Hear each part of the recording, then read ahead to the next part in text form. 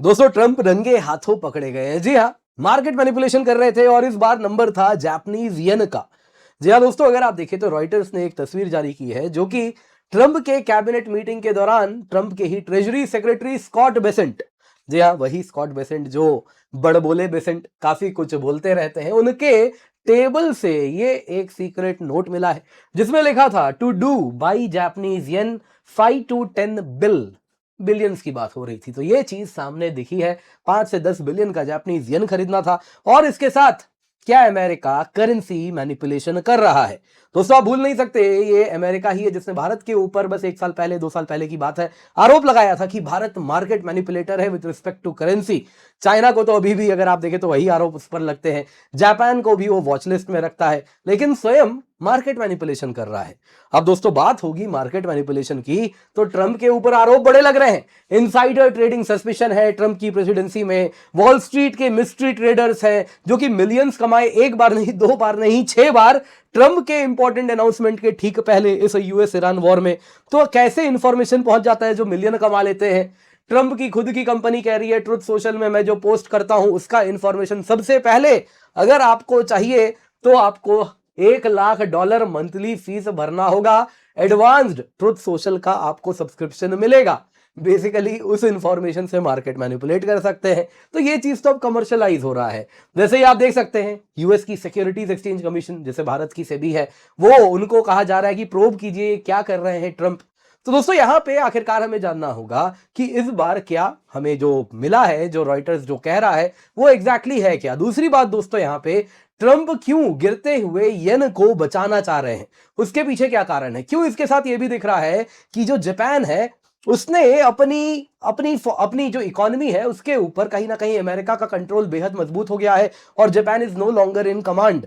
क्यों मैं ये कह रहा हूं वो भी आप जानेंगे। और साथ ही साथ आखिरकार ये येन कैरी ट्रेड जो चल रहा है उसका क्या रोल है यहां पे, क्यों वो जापान के लिए और अमेरिका के लिए दोनों के लिए इंपॉर्टेंट है और क्यों वो अमेरिका के मार्केट्स के लिए बेहद इंपॉर्टेंट है जिसको यहां बचाने का प्रयास किया जा रहा है। तो क्या एग्जैक्टली यहां पे हुआ है, आइए जरा आज उसी पर चर्चा करते हैं। पर इससे पहले आगे बढ़े आपके लिए कुछ बिल्कुल फ्री में हम लेकर के आए, तो ये जरूरी अनाउंसमेंट अंत तक जरूर सुनिएगा। नमस्कार साथियों, यूपीएससी सीएससी की तैयारी करने वाले सभी स्टूडेंट्स के लिए एक शानदार मौका है। जी हाँ, 1 अगस्त से 3 अगस्त तक अनअकैडमी आपको यूपीएससी सीएससी के सब्सक्रिप्शन का 3 दिन का बिल्कुल फ्री ट्रायल दे रहा है। इस फ्री ट्रायल के दौरान आपको मिलेगा live classes, paid batches, test series, practice MCQs, notes and study material, doubt resolution और सब्सक्रिप्शन के लगभग सभी मेजर बेनिफिट्स एब्सोल्युटली फ्री। लेकिन एक बहुत जरूरी बात आपको बता देता हूं, ये 3 दिन का फ्री ट्रायल सिर्फ नए मोबाइल नंबर रजिस्ट्रेशन पर ही उपलब्ध हो रहा है। तो आपके लिए एक टिप है, अगर आपने पुराने नंबर से पहले इसका उपयोग कर लिया है तो आपको एक काम करना है। क्या कीजिएगा, कोई अन्य मोबाइल नंबर आपके परिवार में जिनका होगा उसका इस्तेमाल करें और इस फ्री ट्रायल का इस्तेमाल कर लें, क्योंकि ये स्टूडेंट्स के लिए बेहद लाभदायक है। तो जल्दी से जाएं दोस्तों, डिस्क्रिप्शन बॉक्स में पिंड कमेंट में आपको लिंक मिल जाएगा, उससे जुड़ जाएं। जी हाँ दोस्तों, 31 जुलाई की बात है। अमेरिका का 31 जुलाई हमारे यहाँ सुबह होने जा रही थी, 1 तारीख हो गया था। रॉयटर्स ने, उनके फोटोग्राफर ने कैप्चर किया यूएस सेक्रेटरी स्कॉट बेसेंट के टेबल से और उस पे एक नोट लिखा हुआ था, जिस नोट में लिखा था आज के टू डू में है by Japanese yen 5 to 10 bill, जो कि 5 to 10 बिलियन की बात हो रही है। और इसके साथ अगर आप देखें तो रॉयटर्स ने कहा कि ट्रंप के कैबिनेट जो मीटिंग है कैंप डेविड में चल रहा था उसी की ये तस्वीर है और वहीं पे उस मीटिंग के दौरान रॉयटर्स के जर्नलिस्ट ने ये फोटो ली है। अब दोस्तों इसके ठीक, ये फोटो के ठीक पहले रॉयटर्स ने यह भी कहा था कि ऐसे रिपोर्ट्स आ रहे हैं कि यूएस ट्रेजरी ने बैंक्स को कहा है कि वो येन मार्केट में आज इंटरवीन करने वाले हैं, तो बच के रहिएगा। दोस्तों यहां पे ये सारी बातें हो रही थी और फिर ये तस्वीर सामने आ गई जिसके साथ जो अब तक था कि र्यूमर्ड इंटरवेंशन है, जापान के येन में अमेरिका इंटरवीन करने वाला है, वो कुछ इस प्रकार का near confirmed evidence, visual evidence दिखना शुरू हो गया। और इसके साथ अगर आप देखें तो ट्रेजरी करेंसी ऑपरेशंस जो कि इस प्रकार से ढिंडोरा पीट के नहीं हो रहे हैं, लेकिन अब अगर आप देखें तो तुरंत के तुरंत लीक होते हुए दिख रहे हैं। इसके साथ दोस्तों आखिरकार सवाल पूछा जा रहा है कि यूएस येन में क्यों इंटरवीन कर रहा है। क्या उसको येन गिर रहा है तो क्या अलाई की करेंसी गिर रही है, देखा नहीं जा रहा, या कुछ मतलब है जो वो साध रहा है। गिर तो हमारी रुपीस भी रही है, लेकिन यूएस तो नहीं आ रहा है इंटरवीन करने। इंटरवीन करना है येन पे, क्यों और क्यों इससे जापान परेशान है वो भी आपको जानना होगा। देखिए दोस्तों, अगर आप US dollar to Japanese yen की बात करें तो वो 164 पे आ गया, जो कि अब तक का वीकेस्ट येन है। 140, 130, 140, 150 इस रेंज से सीधा 164 पे आ गया। और इसके साथ अगर आप देखें तो 40 सालों में येन इतना कमजोर नहीं हुआ है, उतना कमजोर हो गया। दोस्तों हुआ यूं है, अगर येन डॉलर की तुलना में कमजोर हो रहा है, कुछ वैसा ही जैसे रुपी डॉलर की तुलना में जब कमजोर हो रही है, तो ईरान वॉर में जिस प्रकार से तेल की कीमत बढ़ी है, उसमें अगर डॉलर भी आपकी करेंसी कमजोर हो जाए और डॉलर आपके लिए महंगा होने लग जाए, तो आपके इंपोर्ट्स और ज्यादा महंगे हो जाते हैं। वीक येन यानी कि ऑयल और एक्सपेंसिव हो जाएगा। तो जापान नहीं चाहेगा ये येन और कमजोर हो। इस समय तो वो हर हालत में चाहेगा कि येन मजबूत बना रहे। दोस्तों यहां पे इसलिए जापान ने क्या किया, वो काफी प्रयास किया कि येन को गिरने ना दे। 150 से 160, 160 से 164 वहां ना जाए, वापस पीछे आए। अप्रैल और मई में जापान ने करीबन 12 ट्रिलियन येन इसीलिए खर्च किए अपने येन को कंट्रोल करने के लिए, यानी कि 73 बिलियन का यूएस रिजर्व जो उसके पास था वो उसने मार्केट में झोंक दिया येन को बचाने के लिए। लेकिन उससे येन खास नहीं, मोमेंटरीली जो उसका डाउनफॉल था, बेसिकली जो कमजोर होना था वो बचा, लेकिन फिर वापस ऊपर चलने लगा। लेकिन दोस्तों कुछ पिछले 24 घंटों में हुआ। येन अगर आप देखें तो 73 बिलियन जापान ने खर्च कर दिया, फिर भी नहीं कंट्रोल हुआ। लेकिन पिछले 24 घंटों में अचानक से अगर आप देखें तो यूएस डॉलर की तुलना में जो येन है वो 163 से 157.95 पे आ गया। आप देख सकते हैं दोस्तों, कुछ यहां पे आया, कुछ 3.5% येन मजबूत हुआ बस और बस 6 घंटों में, जैसा आप यहां पे इस चार्ट में देख पा रहे हैं।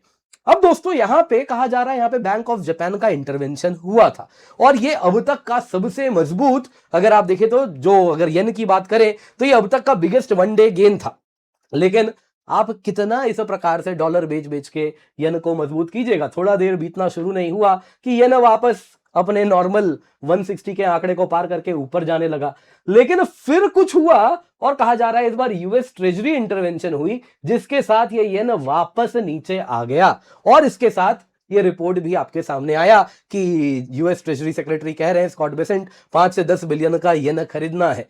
दोस्तों इसके साथ एक चीज आपको दिख रही है कि ये कहीं ना कहीं एक जॉइंट मूव हो रहा है। जी हाँ, यूएस और जापान मिलके येन को और ज्यादा गिरने नहीं दे रहे हैं, उसको बचाना चाह रहे हैं। तो इसके पीछे क्या कारण है? देखिए दोस्तों, नॉर्मली क्या होना चाहिए, अब ऐसा तो नहीं है ना कि सबके लिए जब यूएस बैठा है इंटरवीन करने के लिए, तो नॉर्मली कंट्रीज क्या करते हैं और जो जापान भी करना चाहता है लेकिन कोई उसे करने नहीं दे रहा, वो क्या है? देखिए दोस्तों, बात बड़ी सरल है। नॉर्मल कोर्स में जापान को अपने सेंट्रल बैंक का जो इंटरेस्ट रेट है वो बढ़ाना चाहिए। दुनिया में आज कहीं भी सेंट्रल बैंक का जो इंटरेस्ट रेट जापान दे रहा है वो आज भी 1% है। आप सोच सकते हैं 1% है, जो कि तब है जब उसके यहां इन्फ्लेशन बढ़ चुका है। जापान का इन्फ्लेशन 2.5% पे, उसका टारगेट 2% था, तो 2 से 2.5% बहुत बड़ा गैप है। इतना बड़ा गैप है, फिर भी आप अपना इस बार भी अपना सेंट्रल बैंक का जो इंटरेस्ट रेट है वो बढ़ाने के बजाय 1% पे अटका के रखे हैं। तो अगर वो बढ़ा दें तो कहीं ना कहीं ये पूरी की पूरी करेंसी की समस्या खत्म हो जाए, लेकिन कोई उसे करने नहीं दे रहा। क्यों मैं ऐसा कह रहा हूं? देखिए दोस्तों, ये जानना होगा, यूएस इंटरवेंशन भी जो हुआ है वो उसी का रिवॉर्ड है कि तुम वैसा मत करो, किसी भी हाल में सेंट्रल बैंक जो जापान का है वो इंटरेस्ट रेट उसके दर ना बढ़ाए। क्यों ऐसा कहा जा रहा है समझिए दोस्तों, आखिरकार यूएस क्यों नहीं जापान को रेट हाइक करने दे रहा है? उसके पीछे दोस्तों कारण है येन कैरी ट्रेड। अगर आप देखें तो यूएस और जापान में जो central bank interest rate offer करती है उसमें जमीन आसमान का अंतर है। ऐसा नहीं है आज से है, सालों से है। अगर आप देखें तो यूएस फेड रेट 4% का है, बैंक ऑफ जापान की बात करें उसका पॉलिसी रेट कितना है? 1% का है। यानी कि बड़ा सरल है, अगर आप जापान से पैसा लेंगे, जापानीज येन सेंट्रल बैंक से लेंगे, तो आपको 1% का इंटरेस्ट रेट मिलेगा। जी हाँ, अगर आपको $1 बिलियन का लोन लेना है तो करंट प्रिवेलिंग 160 का रेट है, तो 160 बिलियन येन का लोन मिल जाएगा। केवल 1% चुकाना होगा साल भर में। कितना बढ़िया है दोस्तों। अब होता क्या है ना, ये पैसा जापान से लिया जाता है, 1 बिलियन आपने जापान से उठाया, ये 1 बिलियन यूएस में एंटर होता है। क्यों? यूएस में अगर आप देखें तो वही पैसा अगर आप सेंट्रल बैंक को देंगे ना, तो सेंट्रल बैंक आपको 3.75% तक का इंटरेस्ट देती है। मतलब बिल्कुल सेफ है, कुछ सोचना ही नहीं है। जापानीज ट्रेजरी से लिया, यूएस सेंट्रल बैंक को दिया, इधर पे 1% का आपको इंटरेस्ट जापान को देना है, इधर 3.75% पे आपको यूएस की ट्रेजरी को पैसा देना है, वो वहां से इंटरेस्ट कमाना है। यानी बैठे बैठे आप 2.75% कमा लिए। यही है दोस्तों अगर आप देखें तो येन कैरी ट्रेड। लेकिन जो लोगों का लालच है वो बहुत ज्यादा है, वो थोड़े ही सेंट्रल बैंक पे रुकने वाला है। वो होता क्या है दोस्तों, 1 बिलियन जापान से लेके आए उसको वो यूएस लेके आते हैं, और यूएस में कुछ तो ट्रेजरी बॉन्ड, ट्रेजरी खरीद लिया, उसमें खर्च कर देते हैं, तो बैठे बिठाए 5% इंटरेस्ट मिल गया। इधर पे 1% ही चुकाना है, 4% का प्रॉफिट कमा लिए। कुछ अगर आप देखें तो यूएस के स्टॉक मार्केट में चला गया, आजकल एआई बबल चल रहा है, 21 दिन में पैसा डबल हो जाता है, तो वहां पे कुछ पैसा लगा दिया। तो इस तरीके से दोस्तों पूरा का पूरा अगर आप देखें तो जापान के जो सेंट्रल बैंक पैसा देता है, दुनिया भर के मार्केट में वो जाता है और अधिकतम यूएसए में जाता है। तो इससे होता क्या है दोस्तों, ये 1 बिलियन आप देख सकते हैं यूएस गया, और इस प्रकार से आप देखें तो किस प्रकार से ये खर्च हुआ। इससे क्या हुआ, वॉल स्ट्रीट को तो फायदा हो गया, चीप फंडिंग मिली, हायर रिटर्न मिला, है ना, लिक्विडिटी बढ़ी, उसके स्टॉक मार्केट ऊपर चले गए। लेकिन जापान के लिए क्या हो गया, येन कमजोर हो जाता है। आप सोच रहे हैं जापान जितनी बार इस प्रकार से अपना बैंक, अगर सेंट्रल बैंक देखे, जापानीज सेंट्रल बैंक जितनी बार ये ट्रेजरी निकाल रहा है, दुनिया भर के जितने भी फाइनेंसिंग हाउसेस हैं वहां आते हैं, उसका येन लेते हैं, मार्केट में जाते हैं, उसी येन को बेच देते हैं, डॉलर खरीद लेते हैं। तो हर बार आपका येन बिकता है। ओवर द टाइम हजारों इन्वेस्टर्स यही करते हैं, और बिलियंस एंड ट्रिलियंस की तादाद में जब ये होता है तो सोचिए आपके करेंसी पे कितना प्रेशर आएगा। बार बार जब वो बिकेगा तो करेंसी तो आपका टूटेगा ही, कमजोर ही होगा। तो इस वजह से येन कैरी ट्रेड होता है, उस वजह से ही येन कमजोर भी होता जाता है। जितना येन कमजोर होता है, मेरी कहीं ना कहीं एज अ प्रॉफिट अगर आप देखें तो और बढ़ जाता है, जिसको डबल कैरी ट्रेड भी कहते हैं। कुछ ऐसे समझिए, 160 बिलियन डॉलर का मैंने 160 बिलियन येन का मैंने लोन लिया जापान से, इसको मैंने खर्च किया और मैंने कमा लिया इससे 200 बिलियन येन। बाकी मैं आया, चुका के चला गया, बाकी 40 बिलियन, 40 अगर आप देखें तो बिलियन येन का मेरा प्रॉफिट हो गया। अब सोचिए, अब ये सोचिए कि कुछ ऐसा हो जाए कि मैं अगर येन जो मैंने खरीदा 160 बिलियन का यहां पे 1% इंटरेस्ट पे, अगर मान लीजिए येन 160 से और गिर के 180 हो जाता, तो अगर 180 हो जाता, मेरी कमाई तो डॉलर में हो रही है। वो $1 बैठे बिठाए मुझे, अगर आप देखें तो यहां पे जो 160 बिलियन था वो बैठे बिठाए 180 बिलियन हो गया। मतलब मैं कुछ भी ना करूं तो भी मैं 20 बिलियन येन की कमाई कर लूंगा। लेकिन अब इसका उल्टा सोचिए, यदि येन मजबूत हो जाए, 160 बिलियन जो खरीदा, मान लो वो येन 160 से 145 हो गया, तो बैठे बिठाए 15 बिलियन येन का मेरा नुकसान हो जाएगा। तो इस वजह से दोस्तों ये पूरा का पूरा सिस्टम तभी तक चल सकता है जब तक या तो येन कमजोर होता जाए या स्टेबल रहे, या फिर अगर आप देखें तो कहीं ना कहीं ये येन कैरी ट्रेड चलता रहे। अब दोस्तों ये येन कैरी ट्रेड से क्या होता है, यूएस को चीप फंडिंग मिलती है, पूरा का पूरा यूएस मार्केट चल रहा है। ये जो एआई बबल चल रहा है उसके पीछे कारण इस येन कैरी ट्रेड का है। लेकिन दोस्तों अगर ये येन कैरी ट्रेड रुक जाए तो बड़ी समस्या हो जाएगी। लेकिन आप देखें तो इसीलिए यूएस इंटरवीन कर रहा है, क्योंकि अगर यूएस इंटरवीन नहीं करेगा तो जापान का येन क्या होगा, गिरता रहेगा, जिस प्रकार से वो गिर ही रहा है, क्योंकि येन कैरी ट्रेड चल रहा है। अगर वो गिरता रहेगा तो उसके लिए ऑयल महंगा हो जाएगा। अगर ऑयल महंगा हो जाएगा तो एक टाइम के बाद कहीं ना कहीं उसका इन्फ्लेशन इतना ज्यादा बढ़ जाएगा कि जापान बोलेगा भैया ये येन कैरी ट्रेड बंद करना होगा। तो कैसे बंद होगा, वो बोलेगा भाई देखो मैं 1% में इंटरेस्ट रेट पे अगर पैसा दे रहा हूं, यूएसए 5% पे दे रहा है, तो मैं क्यों दूं 1% पे, मैं 3% पे दूंगा, मैं 4% पे दूंगा। जहां मैंने ये इंटरेस्ट रेट बढ़ा दिया, ये डिफरेंशियल घट गया, डिफरेंशियल घट गया तो फायदा उतना कम हो गया।